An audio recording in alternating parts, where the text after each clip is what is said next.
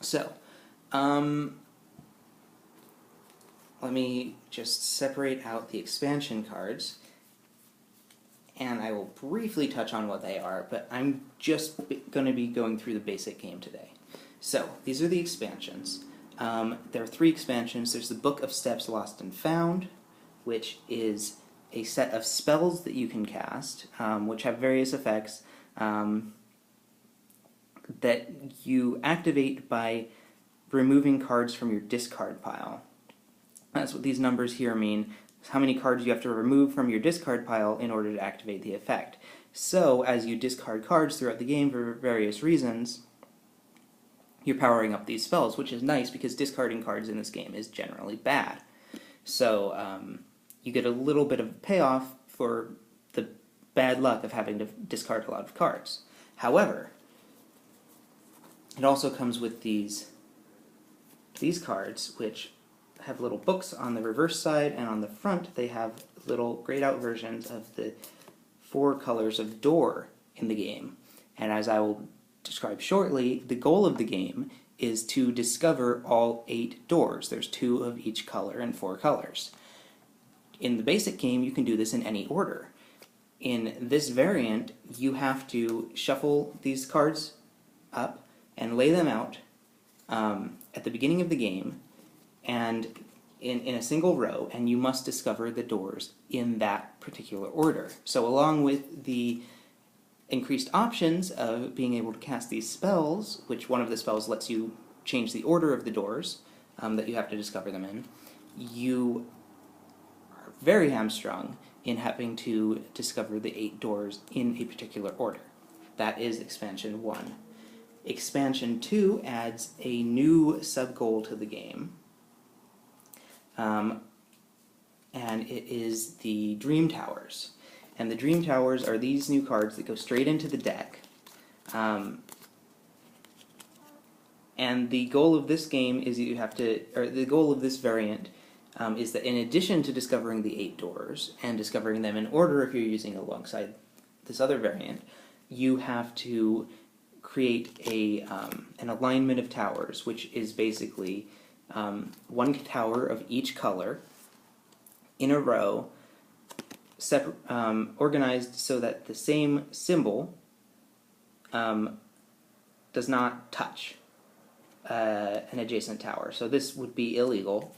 That would also be illegal. Let's see if we can find. So this and this would be fine because you have a moon here and a sun here. They're not symbols are not overlapping. Same if we did this way. And some of these have a blank side, so that you could have anything on the other side of this, even another blank side.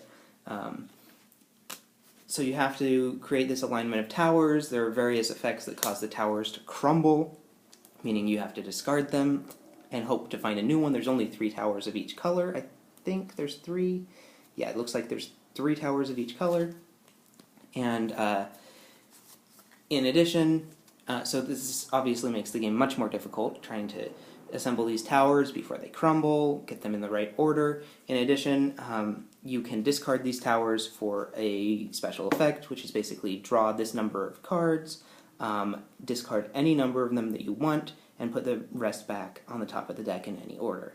So the more useful towers let you also draw more cards if you play them for that other effect. Obviously, if you play the towers for that effect, you are not playing them into your alignment, and you are running the risk of discarding all 3 towers of a certain color and not being able to complete the game. The final variant is this one, which is Dark Premonitions and Happy Dreams.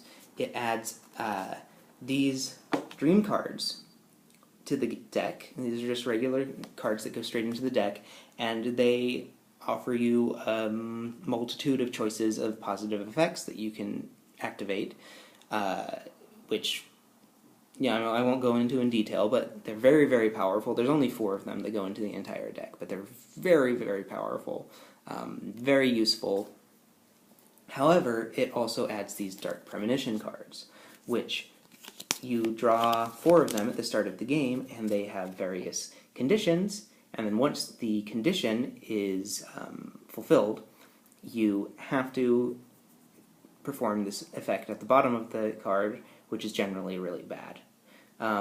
This one is, as soon as you've discovered 3 doors, no matter what color they are, you have to discard your entire hand and draw a new Dark Premonition card. So that's terrible, because you really don't want to have any more of these than you start out with.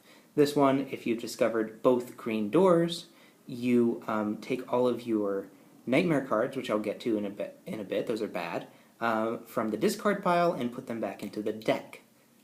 Or I believe it's just 1 nightmare card from the discard pile.